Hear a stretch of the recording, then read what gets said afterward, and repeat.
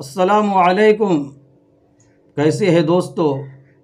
امید کرتا ہوں کہ آپ سبھی حضرات خیریت سے اور عافیت سے ہوں گے۔ اللہ تعالیٰ آپ لوگوں کو ایسے ہی خوش رکھے۔ آج کا واقعہ آپ پورا ضرور سنیں، جو کہ بڑا ہی زبردست اور سبق آموز ہے۔ اس واقعے سے ہمیں اور آپ کو زندگی کا ایک بڑا سبق ملنے والا ہے، اس لیے آپ اپنی مصروف زندگی سے چند منٹ کو نکال کر کے آج کا واقعہ ضرور سنیں۔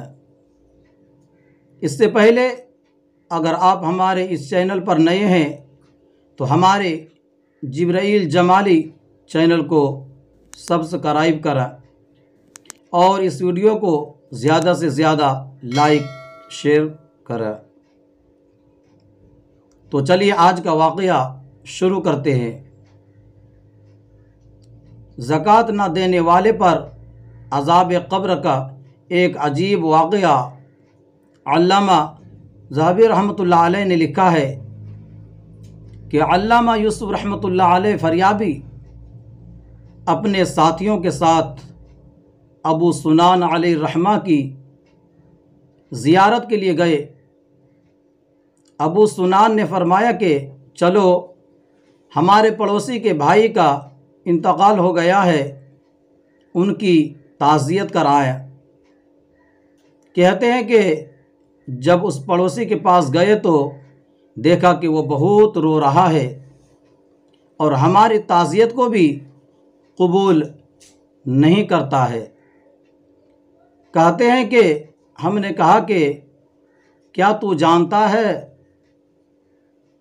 کہ موت کے بغیر چارہ نہیں؟ کہنے لگا ہاں جانتا ہوں، مگر میں اس لیے رو رہا ہوں کہ میرا بھائی صبح و شام عذاب میں مبتلا ہے۔ کہتے ہیں ہم نے پوچھا کہ تجھ کو کیسے معلوم ہوا؟ کیا تجھ کو غیب پر خدا نے اطلاع دی ہے؟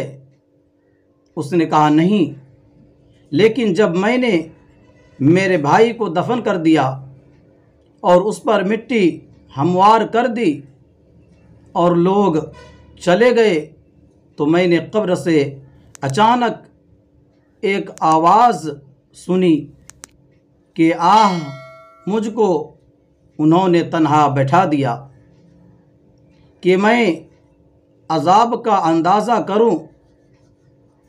میں تو نماز پڑھتا تھا، روزے رکھتا تھا، یہ سن کر مجھ کو بھی رونا آ گیا۔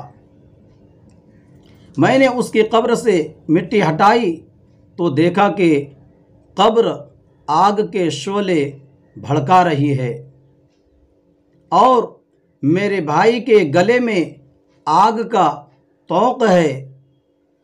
بھائی کی محبت نے مجھے ابھارا اور میں نے اس کی گردن سے طوق اتارنے کے لیے ہاتھ بڑھائے تو وہ جل گئے۔ محمد بن یوسف فرماتے ہیں کہ اس نے ہم کو اپنا ہاتھ دکھایا کہ وہ جل کر کالا ہو گیا ہے۔ پھر اس نے کہا کہ اب میں اس کا حال پر کیوں نہ غم کروں اور کیسے نہ روؤں؟ محمد فریابی کہتے ہیں کہ ہم نے پوچھا کہ تیرے بھائی کا عمل کیا تھا؟ اس نے کہا وہ اپنے مال کی زکوٰۃ نہیں دیتا تھا۔ اللہ تعالیٰ سے دعا ہے کہ صحیح سمجھ عطا فرمائے۔ آج کے لیے بس اتنا ہی، اپنا خیال رکھیں۔ خدا حافظ۔ السلام علیکم ورحمۃ اللہ وبرکاتہ۔